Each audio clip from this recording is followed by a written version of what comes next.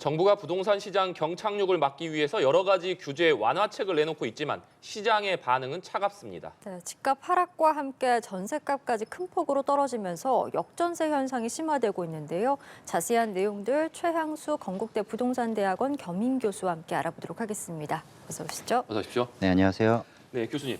정부가 1.3 대책으로 서울 시내 자치구 중에서 강남 3구와 용산구를 빼고 거의 모든 규제를 풀지 않았습니까? 네. 그럼에도 불구하고 여전히 거래량이 살아나지 않고 있는 모습인데 이 배경을 좀 어떻게 봐야겠습니까?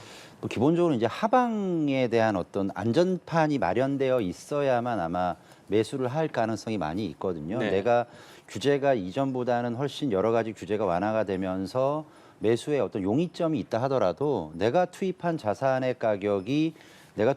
가격보다도 더 오르거나 유지가 된다는 확신이 있어야 되는데 네. 혹시 내가 자본을 투입을 했는데 그보다도 더 가격이 떨어진다라는 어떤 그런 예측이 든다면 쉽사리 내가 자본을 이미 가지고 있는 사람이라 하더라도 이런 시장에 뭐 선뜻 나서기가 대단히 어려운 형국가 아니겠는가 이런 생각을 해볼 수 있을 것 같습니다. 그러니까 지금 집을 사더라도 집값이 오른다는 보장이 있다면 집을 사겠지만 그렇죠. 오히려 집값이 떨어질 것이라는 생각들이 네. 많기 때문에 집을 사지 않고 있는 상황이다. 이렇게 보면 되겠습니다. 그렇습니다. 예. 알겠습니다.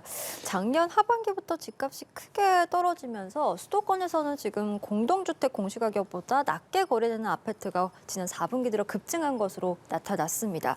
규제 완화가 잇따르자 오히려 집값이 계속 떨어질 것이다라는 전망이 좀 우세하기 때문에 이렇게 되는 걸까요? 어떻게 좀 보십니까? 예, 그렇습니다. 그래서 사실은 이제 이러한 어떤 현상들은 이제 다르게 해석을 한다면 그동안 정부가 공시 가격을 상당히 실거래 가격에 근접하게 급격하게 많이 올렸다라는 어떤 그 현상의 반증일 수도 있는 네. 거거든요. 이제 원래는 이제 공시 가격이라는 것은 우리나라뿐만 아니라 다른 나라들도 여러 가지 이제 세금의 기준점이 되잖아요. 그런데 그러한 세금의 기준점이 되는데도 불구하고 공시 가격과 실거래 가격의 어느 정도의 차이, 그러니까 즉 버퍼를 만드는 이유 중에 하나는 뭐냐면 공시 가격은 1년에 한 번씩 이제 발표가 되는 것이고 실거래 가격은 실시간으로 이제 반영이 되는 것인데 이러한 실시간 반영되는 것이 만약에 예를 들어서 뭐 급격하게 뭐 떨어지거나 오르거나 하면 공시 가격과의 어떤 괴리가 있는데 사실은 그동안 정부가 공시 가격을 계속 급격하게 올렸다라는 거는 어떻게 보면 정부의 예상은 계속 집값이 오르고 있다, 그러니까 네. 오를 것이다라는 전제를 깔고 있는 것 같아요. 근데 반대로 예상과는 다르게 최근에 급격하게 이제 가격이 조정되는 시점이 돌아오면 공시 가격은 상당히 급격하게 올렸는데 오히려 실거래가는 공시 가격보다 낮게 이제 형성이 되는 그러한 어떤 현상들이 일어나면 가장 문제가 되는 것이 공시 가격에 따라서 내가 세금을 납부하거나 네. 하는데 예를 들어서 실거래 가격은 실제 공시 가격보다 더 떨어져 있다라고 한다면 나의 자산 가치보다 부당하게 내가 세금을 많이 내는 꼴이 돼버리거든요. 그러니까 이런 부분들은 방지하기 위해서 원래 이제 버퍼를 둬야 되는데 그 동안은 이제 뭐 어떻게 보면은 그 거래 현실화 뭐 이런 것들 아니면은 뭐 조세 뭐 정의 실현 이런 것들 때문에 공시 가격을 좀 급하게 올렸던 부작용들이 계속 나타나고 있다. 라고 볼 수 있을 것 네. 같습니다.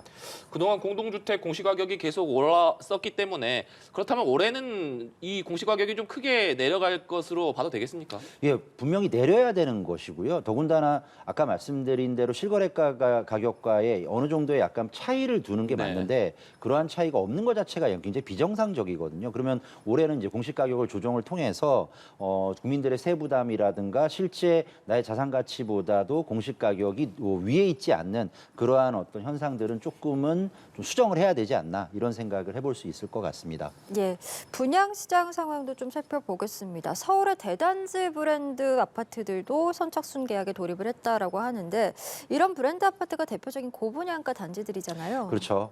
그러니까 그동안 계속 가격이 올랐었던 그러한 시점에 이제 분양가가 산정이 됐었거든요. 근데 최근에 보면 인근에 있는 비슷한 가격의 아파트, 비슷한 크기의 아파트, 입지가 비슷한 그러한 지역의 아파트가 오히려 이제 가격이 많이 조정을 받다 보니까 새 아파트니까 인근에 있는 가장 최근의 아파트라 하더라도 지금 분양하는 아파트가 가장 새 아파트긴 하지만 어쨌든 그래도 비교 대상들이 상당히 가격을 조정을 받으니까 청약자들 입장에서는 이제 고분양가 논란에서 결코 청약을 하는데 선뜻 손이 가지 않는 건 사실일 거예요. 네. 네.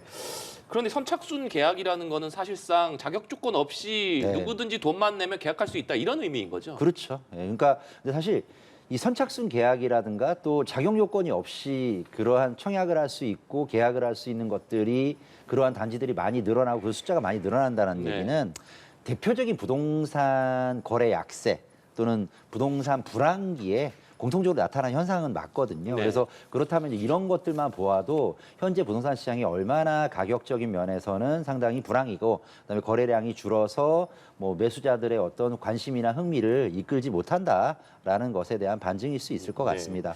말씀해주신 대로 이런 상황들은 전반적으로 집값이 계속해서 하락하고 있기 때문에 발생하는 현상들인데 그렇다면 시청자분들께서도 가장 궁금한 점이 역시 이러한 내림세가 언제쯤이면 좀 멈출 것이냐 이 부분일 것 같은데 이 부분은 어떻게 좀 전망하십니까? 일단은 이제 내림세는 최근에 보면은 조금 이제 잦아드는 느낌이 있는데 그렇다고 해서 뭐 지금보다 더 조정받지 않을 것이다라고 얘기하기는 어렵습니다. 네. 왜냐하면 여러 가지 대외적인 여건, 금리라든가 성장률이라든가 우리나라의 뭐 수출 규모 뭐 이런 부분들을 봤을 때 이러한 내림세가 멈춘다라는 얘기는 할 수는 없겠지만 그러한 내림 폭들이 이전보다는 조금씩 이제 떨어지고는 있다. 네. 그러니까 이제 대신 이제 그거는 이제 비율의 문제이니까 실제 절대 가치로 본다면은 여기서 더 추가 조정 받을 수 있는 가능성도 전혀 배제할 수도 없을 것 같습니다. 예, 최근 부동산 시장에도 두드러지는 특징 중 하나가 바로 월세 선호 현상인데 지금 7개월 만에 주택 월세 비중이 최다를 기록했다라고 전해집니다. 금리 인상의 여파로 전세대금 자금 대출을 아무래도 받기가 어려워진 이 상황에서는 세입자들이 좀 월세로 돌아섰다 이렇게 좀 분석을 하면 되겠습니까? 저는 이제 세입자분들이 그렇게 앵커께서 말씀하신 대로 그렇게 월세로 전세보다 월세를 선호하는 것으로 돌아선 것은 일단은 이제 팩트인 것 같고요. 다만 그 원인을 본다면 어떻게 보면 이제 소비자의 가장 합리적인 선택일 가능성이 높아요. 왜 그러냐면 내가 만약에 뭐 3억 원의 전세를 얻고 있다가 뭐 4억 5천 정도의 전세를 1억 5천을 이제 올려줘야 된다. 근데 갑자기 뭐 한 2년 만에 그러한 금액 또는 한 4년 만에 그러한 금액을 마련하기가 대단히 어렵잖아요. 그랬을 때는 내가 의지할 수 있었던 건 그동안에는 전세자금 대출을 통해서 뭔가 저렴한 어떤 그런 금융 시스템을 통해서 추가적인 어떤 전세 보증금을 더 추가로 마련을 했을 수 있잖아요. 근데 최근에 보면 전세자금 대출의 상단이 한 6%대까지 올라가요. 그러면은 아무리 내가 대출을 빌릴 수 있는 그러한 요건이 된다 하더라도 금리가 너무 무섭거든요. 그러니까 그러면 이제 아무래도 그런 것들이 좀 막혀 있다라고 인식할 수도 있고 또 하나 어떤 부분이 합리적이냐면 만약에 예를 들어서 내가 1억 5천을 전세자금 대출을 받는데 금리를 6%를 올려주는 것보다 이걸 월세로 전환했더니 지금 월세 금리는 4%대밖에 안 되거든요. 네. 그러면은 둘이 비교했을 때 어떤 것들을 선택하는 것이 내가 합리적이냐 이렇게 했을 때 당연히 월세로 뭔가 전환하거나 월세로 들어가는 게 전세를 사는 것보다 훨씬 더 합리적인 선택이 맞습니다. 네. 특히 서울 아파트 임대차 시장의 현황을 봤더니 월세 비중이 50%에 육박한 것으로 늘어났더라고요. 서울의 네. 아파트 시장에서 월세 비중이 이렇게 늘어나는 것은 어떤 의미라고 봐야겠습니까? 약간은 이제 이런 여러 가지 경제 사정 때문에 그럴 수도 있지만 사실은 추세적인 흐름도 있지 않을까. 네. 뭐 아시다시피 뭐 전 세계에서 우리나라만 유일하게 한국식 전세 제도를 쓰고 네. 있는 나라잖아요. 그러면 다른 나라들처럼 완전 월세 시장으로 가는 하나의 어떤 전이 되는 중간 단계인 것도 있고요.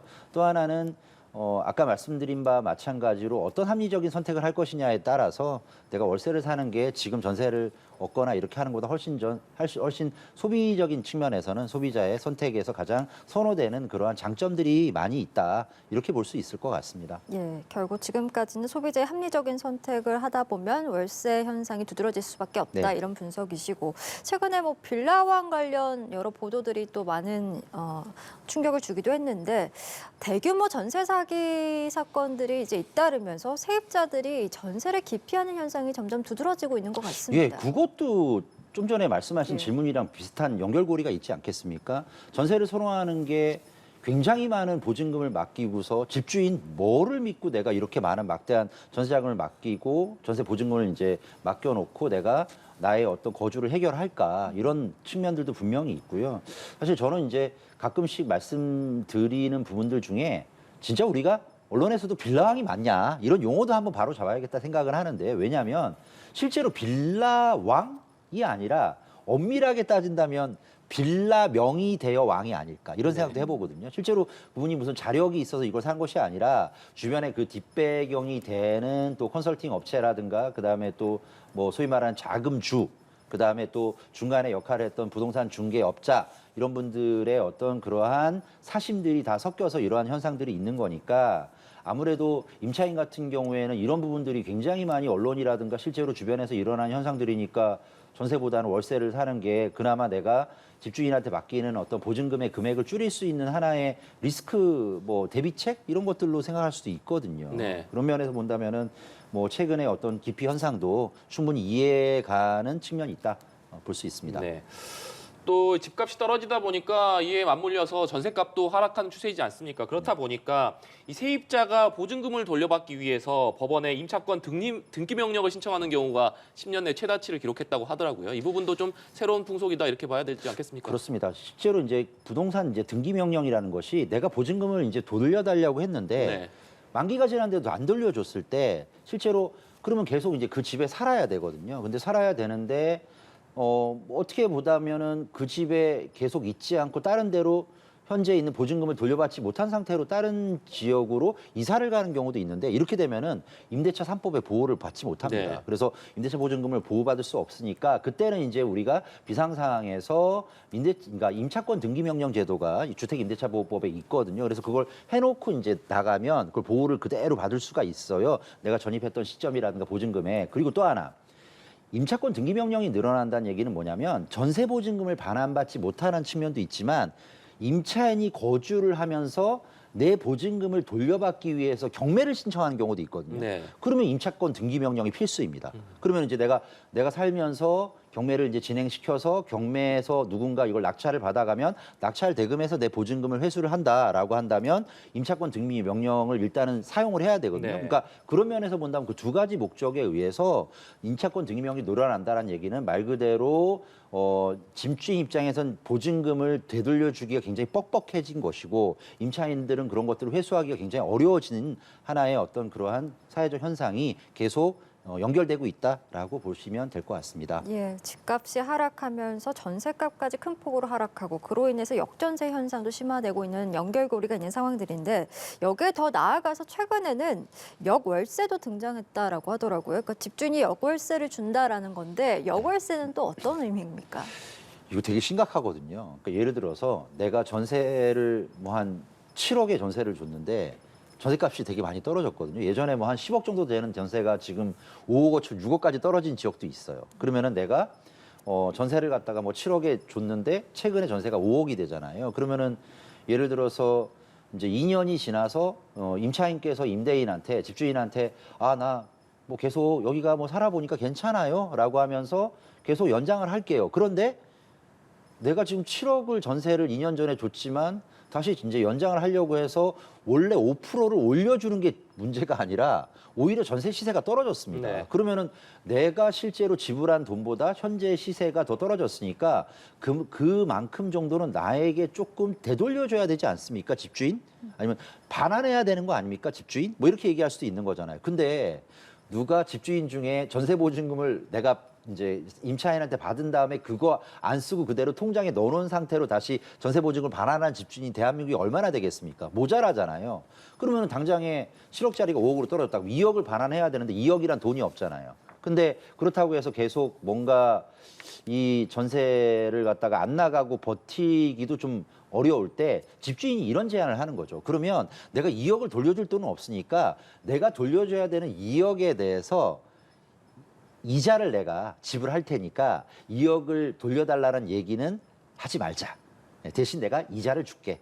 이게 이제 말 그대로 앵커께서 설명하신 그러한 역월세 이런 현상이라고 보는데 요즘에 상당히 눈에 띄게 많이 있습니다. 네. 네. 말씀하신 걸 듣다 보니까 궁금한 부분이 임대차 3법이 시행되면서 전셋값 같은 경우에는 집주인이 너무 많은 인상을 막기 위해서 이걸 법으로 한도를 두지 않았습니까? 그렇습니다. 지금은 전셋값이 하락하고 있는 상황인데 그렇다면 하락하는 규모에 대한 이 어떤 법적인 한도도 정해져 있는지도 좀 궁금하네요. 그렇지 않습니다. 그러니까 하락하는 건 임차인한테 유리한 거고 네. 어차피 주택임대차보호법이라는 것은 집주인을 보호하기 위한 제도가 네. 아니라 임차인분들을 보호하기 위한 제도니까 어떻게 보면 이제 하락하는 것에 대해서 한도가 있다면 그거는 이제 약간 임대인을 보호하는 제도 네. 같은 느낌이 있을 있으니까 그런 제도는 없고요. 이제 올라가는 것에 대한 제한은 있죠. 5%씩 네. 해서 그런 부분들은 있습니다. 네, 말씀하신 대로 내려가는 부분에 대한 제한은 없기 때문에 아무래도 집값이 지금 계속해서 내려가는 추세에 있고 전세값이 떨어지면서 월세도 덩달아서 같이 내려가는 추세이기 때문에 그렇다면 앞으로 역전세난이라든가 역월세 현상도 계속 심화될 것 같거든요. 이 부분 어떻게 보십니까? 뭐 당분간 경기라든가 금리가 어느 정도의 어떤 뭐 완전 예전 같은 저금리는 아니더라도 일정한 어떤 이제 국민들이 수용 가능한 어떤 감내 가능한 금리 수준까지 오기 전까지는 그런 현상들은 지적하신 대로 네. 계속 있을 것 같습니다. 네, 다음 달 이제 서울에서 최근 2년 내 가장 많은 아파트가 입주할 예정이다라고 하던데 전세가 하방 압력이 더 커질 것 같아서 우려가 됩니다. 이런 하락세가 좀 장기 추세가 되리라고 보십니까? 어떻게 좀 전망을 하시는지도 궁금하네요. 그러니까 이제 그러니까 이제 입주가 늘어난다는 건 이제 그 실제로 공급이 늘어난다는 뜻이니까요. 그래서 이제 공급이 늘어나면은 아무래도 그 임차인 입장에서 선택지가 늘어나는 거잖아요. 그러면 이제 뭐 내가 말 그대로 어떻게 보면 골라 잡을 수 있는 뭐 이런 어떤 현상들이 되니까 뭐 굳이 내가 급하게 이제 그 들어갈 집을 구하지 않아도 되니까 오히려 공급하는 사람 입장이 오히려 이제 경쟁이 돼 버리는 거죠. 그렇게 되면은 뭐 좀 더 이제 낮게 매물을 내놓은 그러한 이제 집들이 세입자를 만날 가능성이 높으니까 아무래도 가격은 계속 이제 떨어질 것 같기는 하거든요. 근데 이것이 뭐 엄청나게 오래 진행이 될 것 같지는 않고요. 네. 근데 특히 이제 임대차 시장 같은 경우에는 이제 매매 시장보다는 조금 주기가 좀 짧은 편이에요. 그래서 그렇게 오래될 것 같지는 않은데 최소한 뭐 올해뿐만 아니라 내년 뭐 상반기까지는 이러한 현상들은 조금씩은 더 이어나가지 않을까. 그리고 또 그동안 이제 굉장히 그러니까 주택 경기가 좋을 때 굉장히 많은 공급들의 인허가가 이제 있고 앞으로 계속 입주가 예정돼 있기 때문에 이러한 현상들이 어느 정도 다 마무리되고 소진이 될 때까지는 이러한 어떤 공급의 초과 이런 부분들은 계속 있을 걸로 예상이 됩니다. 네. 마지막으로 집값이 빠르게 오르던 시기에 이른바 영끌족들이 가장 많이 모인 지역이 이른바 노도강 지역 아니겠습니까? 네, 네. 노도강 지역의 많은 영끌족들이 이곳에서 아파트를 구매를 했는데 최근에 집값 하락이 시작되면서 특히나 노도강 지역의 하락세가 빠르다고 하더라고요. 그렇다면 이 영끌하신 분들의 우려도 상당히 커질 것 같은데 네. 이 노도강 지역의 가격 하락 앞으로 좀 더 심화될 것으로 봐야 되겠습니까? 어떻게 좀 봐야 될까요? 뭐 많은 이제 영끌하신 분들, 젊은 세대들이 노도강 지역을 선택한 이유는 상당히 어떻게 보면 이제 단순한 이유였을 네. 겁니다. 첫 번째는 이제 일단은 그래도 인서울이고 또 아무래도 그러한 노도강 지역이 아닌 뭐 한강을 연접한 지역들이 있잖아요. 강남 4구라든가 네. 뭐 영등포 뭐 마용성 이런 지역들보다 좀 가격이 선택 가능한 어떤 저렴한 지역이었어요. 다만 같은 서울이라 하더라도 이제 직장이 주로 많이 있는 뭐 종로, 광화문, 명동이라든가 강남권이라든가 여의도보다는 출퇴근하기가 좀 약간 먼 지역들이잖아요. 네. 사실은 오를 때는 반대로 그러한 외곽 지역, 인서울 지역에서 외곽 지역들이 가장 늦게 오르고요. 떨어질 때 또 가장 빨리 떨어지거든요. 그런 면에서 본다면은 앞으로 그러한 어떤 내가 투자한 것들이 좀 자산 가격이 어느 정도 약간 좀 다운그레이드 되는 현상들은 아무리 내가 그런 부분에 대해서 좀 제어하고 싶다 하더라도 시장은 굉장히 냉정하기 때문에 이런 현상들은 조금씩은 더 지속되지 않을까 이런 생각을 합니다. 다만 영끌족 같은 경우에는 그럼에도 불구하고 어쨌든 인서울 지역 말씀하신 대로 노도강 지역들은 그래도 인서울 안에는 있기 때문에 그러한 부분들이 회복되는 시기도 분명히 있을 것이니까 너무 급하게 뭐 손절을 한다든가 이렇게 기다림을 참지 못하든가 이런 것들은 좀 잘 버티시면서 계시다 보면 나름의 어떤 그 다른 이전의 어떤 그 가격이라든가 이런 측면들로 돌아오는 날이 있을 거다라고 저는 말씀드리고 싶습니다. 네, 알겠습니다. 부동산 시장 현황 관련해서 최항수 건국대 부동산대학원 겸임 교수와 함께 이야기 나눠봤습니다. 오늘 말씀 고맙습니다. 감사합니다.